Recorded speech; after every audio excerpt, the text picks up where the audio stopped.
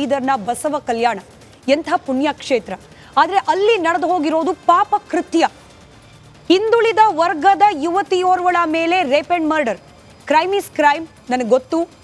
ಇಲ್ಲಿ ದಲಿತ ಯುವತಿ, ಮುಂದುವರೆದ ಸಮುದಾಯದ ಯುವತಿ, ಹೀಗೆ ಭೇದ ಭಾವ ಮಾಡಬಾರ್ದು. ಆದರೆ ಬಹಳ ಪ್ರಜ್ಞಾಪೂರ್ವಕವಾಗಿ ನಾನು ದಲಿತ ಸಮುದಾಯದ, ಹಿಂದುಳಿದ ಸಮುದಾಯದ ಹೆಣ್ಣು ಮಗಳು ಅಂತ ಹೇಳಿ ಪದ ಬಳಕೆ ಮಾಡ್ತಿರೋದು.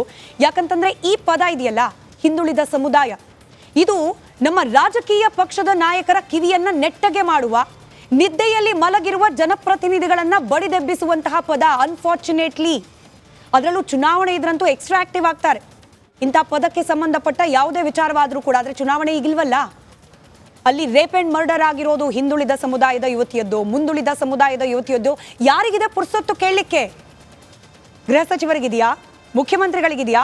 ವಿರೋಧ ಪಕ್ಷದ ನಾಯಕರಿಗಿದೆಯಾ? ಪ್ರಶ್ನೆ ಕೇಳುವ ಪುರುಸತ್ತು, ಜವಾಬ್ದಾರಿ ಇರೋದು ಮಾಧ್ಯಮಗಳಿಗೆ. ಆ ಜವಾಬ್ದಾರಿಯನ್ನ ಇವತ್ತು ರಿಪಬ್ಲಿಕ್ ಕನ್ನಡ ಮಹಾಭಾರತ ಚರ್ಚಾ ಕಾರ್ಯಕ್ರಮದಲ್ಲಿ ಬೀದರ್ನ ಬಸವ ಕಲ್ಯಾಣದಲ್ಲಿ ಆಗಿರುವ ರೇಪ್ ಅಂಡ್ ಮರ್ಡರ್ ಈ ಪ್ರಕರಣವನ್ನ ಚರ್ಚೆಗೆ ಒಳಪಡಿಸುವ ಮೂಲಕ ನಮ್ಮ ಜವಾಬ್ದಾರಿಯನ್ನ ಪ್ರದರ್ಶನ ಮಾಡುವ ಪುಟ್ಟ ಪ್ರಯತ್ನವನ್ನ ಮಾಡ್ತಾ ಇದ್ದೇವೆ. 29ನೇ ತಾರೀಕು, ಕಳೆದ ತಿಂಗಳು 29ನೇ ತಾರೀಕು ನಾಪತ್ತೆಯಾದ ಯುವತಿ ಶವವಾಗಿ ಪತ್ತೆಯಾಗ್ತಾಳೆ. ಕಂಪ್ಲೇಂಟ್ ಲಾಡ್ಜ್ ಆಯ್ತಾ? 29ಕ್ಕೆ ಹೋಗಿ ಕೇಳ್ಕೊಂಡ್ರು ಕೂಡ ಕಂಪ್ಲೇಂಟ್ ಲಾಡ್ಜ್ ಆಯ್ತಾ? ಆಗ್ಲಿಲ್ಲ. ಸಿಂಡ್ರೋಮ್, ಲೇಟ್ ರಿಯಾಕ್ಷನ್ ಸಿಂಡ್ರೋಮ್ ಅಂಟ್ಕೊಂಡ್ಬಿಟ್ಟಿದೆ ನಮ್ಮ ಜನಪ್ರತಿನಿಧಿಗಳಿಗೆ. ಒಂದು ಬ್ರೇಕಿಂಗ್ ಅಪ್ಡೇಟ್ ಮೂಲಕ ಈ ಸುದ್ದಿಯನ್ನ, ಚರ್ಚೆಯನ್ನ ಗಮನಿಸೋದನ್ನ ಪ್ರಾರಂಭ ಮಾಡೋಣ.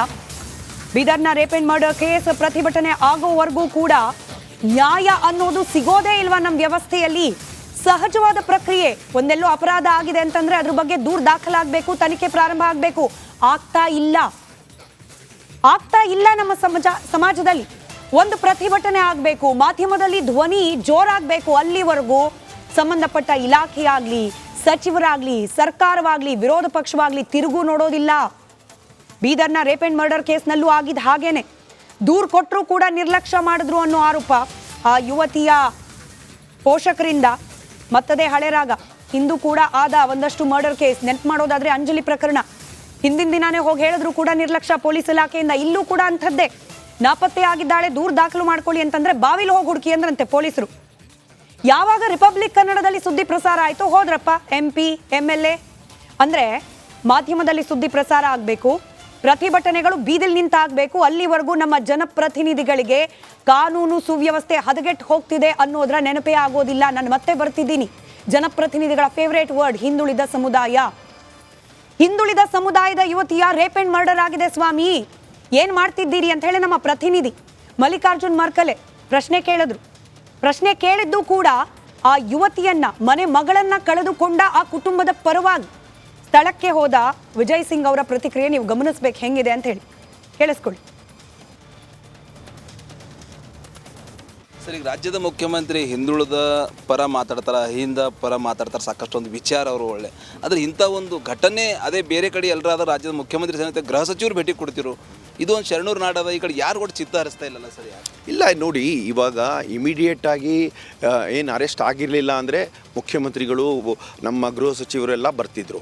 ಇವಾಗ ಅದ್ರಿಗೆ ಧೈರ್ಯ ತುಂಬಬೇಕು, ಬರಬೇಕು, ಕೇಳಬೇಕು, ಅಂಥದ್ದು ಎಲ್ಲೂ ನಡೀತಾ ಇಲ್ಲಲ್ಲ ಸರ್? ಅದ್ರ ಬಗ್ಗೆ ಘಟನೆ ಆಗಿ ಗೊತ್ತಾ? ಇದರ ಮುಂದುವರೆದ ಭಾಗವಾಗಿ ಅವ್ರು ಹೇಳಿದ್ದಿಷ್ಟೇ. ಇಲ್ಲ, ನಾನು ಅವ್ರ ಗಮನಕ್ಕೆ ತಂದಿದ್ದೀನಿ, ಬರ್ತಾರೆ, ಪುರ್ಸೊತ್ ಮಾಡ್ಕೊಂಡು ಬರ್ತಾರೆ ಅಂತ ಹೇಳಿ. ಎನಿವೆ, ಚರ್ಚೆ ಪ್ರಾರಂಭ ಮಾಡೋಣ. ಬಿಜೆಪಿ ವಕ್ತಾರರು HN ಚಂದ್ರಶೇಖರ್ ಅವರಿದ್ದಾರೆ, JDSನ ವಕ್ತಾರರು ರಾಜು ಗೌಡ್ರಿದ್ದಾರೆ ಸ್ಟುಡಿಯೋದಲ್ಲಿ, ಕಾಂಗ್ರೆಸ್ನ ವಕ್ತಾರರು ನಟರಾಜ್ ಗೌಡ್ರು, ಹಾಗೆ ಹಿರಿಯ ಪತ್ರಕರ್ತರು, ರಾಜಕೀಯ ವಿಶ್ಲೇಷಕರಾದ ಸಮೀವುಲ್ಲಾ ಸರ್ ಇದ್ದಾರೆ. ಎಲ್ರಿಗೂ ಕಾರ್ಯಕ್ರಮಕ್ಕೆ ಸ್ವಾಗತ. ಹಬ್ಬದ ಶುಭಾಶಯ ಹೇಳಬೇಕು ಅಂತ ಅನ್ಕೊಂಡಿದ್ದೆ, ಬಟ್ ಈ ಸುದ್ದಿ ನೋಡಿದ್ಮೇಲೆ ಯಾಕೋ ಅನುಮಾನ ಆಗ್ತಿದ್ಯಪ್ಪ. ಹಬ್ಬವನ್ನ ಸಂಭ್ರಮದಿಂದ ಆಚರಣೆ ಆ ಕುಟುಂಬ ಮಾಡ್ತಿಲ್ಲ, ನಮಗೆಲ್ಲ ನೈತಿಕತೆ ಉಳಿದಿದೆಯಾ ಹಬ್ಬವನ್ನ ಸೆಲೆಬ್ರೇಟ್ ಮಾಡ್ಲಿಕ್ಕೆ?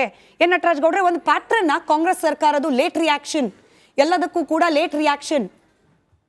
ಯಾರು ತಮಗೆ ಹೇಳಿದ್ದು ಲೇಟ್ ರಿಯಾಕ್ಷನ್ ಅಂತ? ಜನ ಇಲ್ಲ, ಆ ಯುವತಿಯನ್ನ ಕಳ್ಕೊಂಡ ಕುಟುಂಬದವರು. ನಿಜ ಅಲ್ಲ. ಈಗ ಒಂದು ಪ್ರಕರಣ ದಾಖಲಾಗಿದ್ದ ತಕ್ಷಣ, ಪ್ರಕರಣ ಗೊತ್ತಾಗಿದ್ದ ತಕ್ಷಣನೇ ಅಲ್ಲಿನ ಸಚಿವರು ಮಾನ್ಯ ಈಶ್ವರ್ ಖಂಡ್ರೆ ಅವರು ಜಿಲ್ಲಾ ಪೊಲೀಸ್ ವರಿಷ್ಠಾಧಿಕಾರಿಗಳಿಗೆ ಫೋನ್ ಮಾಡಿ ತಕ್ಷಣವೇ ರಿಪೋರ್ಟನ್ನ, ವರದಿಯನ್ನು ಒಪ್ಪಿಸಬೇಕು, ಮತ್ತೆ ಕ್ರಿಮಿನಲ್ಗಳನ್ನು ತಕ್ಷಣವೇ ಬಂಧಿಸಬೇಕು ಅಂತ.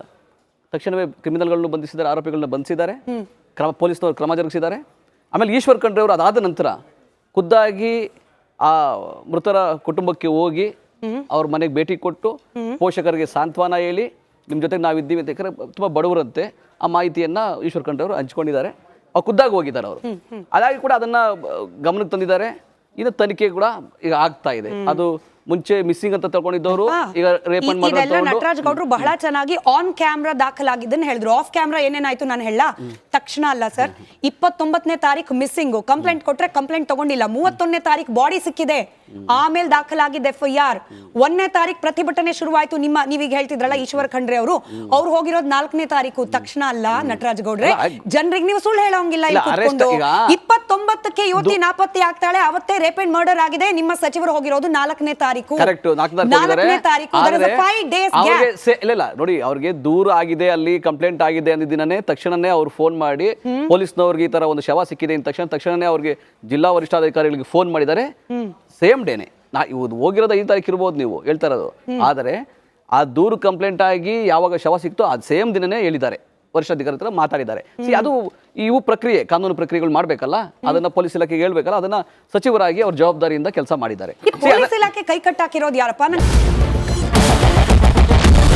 ಕ್ಯಾಪ್ಟನ್ ಅರ್ಜುನ್ ಕೊಂದಿದ್ದು ಯಾರು? ಅವ್ರ ನರೇಟಿವ್ ಎಲ್ಲಿಗೆ ತಂದಿಟ್ಟಿದ್ದಾರೆ ಅಂತಂದ್ರೆ ಸಂಪತ್ತನ್ನ ಹಂಚಿಬಿಡೋದು ಅಂತ. ಇದು ಸ್ಟುಡಿಯೋ ಟಿಪ್ಪು ಜಯಂತಿ ಮಾಡಕ್ಕೆ ಅವ್ರಿಗೆ ಖಂಡಿಸಿದ್ರು. Very nice. ಯಾರು ತಪ್ಪು ಮಾಡಿರೋದಿಲ್ಲಿ? ಓಲೈಕೆ ಹೇಳಿಕೆ ಇದು ಅಂತ ಹೇಳಿ ಯಾಕೆ ಪರಿಗಣಿಸಬಾರದು? ವೇದಿಕೆ ಇದು ಫೋಟೋ ಎಲ್ರಿಗೂ ಒಂದು ಟೈಮ್. ನಿಮ್ಮ ಸಮಯ ಮುಗಿದಿದೆ. ಅವ್ರು ಹೇಳೋಕ್ಕಿಂತ ಮುಂಚೆನೆ ಹೇಗೆ ಪ್ರತಾಪ್ ಸಿಂಹ ಪಾಸ್ ಕೊಟ್ಟಿದಂತ ಆಗ್ಲಿ ಡಿಕ್ಲೇರ್ ಆಗೋಗಿತ್ತು ಅಂತ ನನಗೊಂದು ಡೌಟ್ ಬಂತು. ಸಾಕು ನಿಲ್ಸಿ. ಕೆಟ್ಟ ಪದ ಬಳಕೆ ಕಾಂಪಿಟೇಷನ್ ಇಟ್ಟಿಲ್ಲ ನಾವಿಲ್ಲಿ.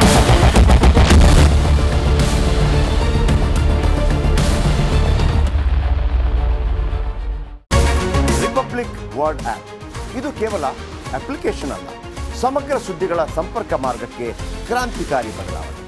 ರಿಪಬ್ಲಿಕ್ ವರ್ಡ್ ಆಪ್ ಕೇವಲ ಸುದ್ದಿ ಅಪ್ಲಿಕೇಶನ್ ಪರಿಚಯಿಸ್ತಾ ಇಲ್ಲ, ಬದಲಾಗಿ ಡಿಜಿಟಲ್ ಸುದ್ದಿ ಬಳಕೆಯ ಹೊಸ ಯುಗಕ್ಕೆ ನಾಂದಿ ಹಾಡ್ತಾ ಇದೆ. ಇದೊಂದು ಬ್ರೇಕಿಂಗ್ ನ್ಯೂಸ್, ಪ್ರಭಾವಶಾಲಿ ಕಾರ್ಯಕ್ರಮಗಳಿಗೆ ಗಟ್ಟಿಯಾದ ನ್ಯೂಸ್.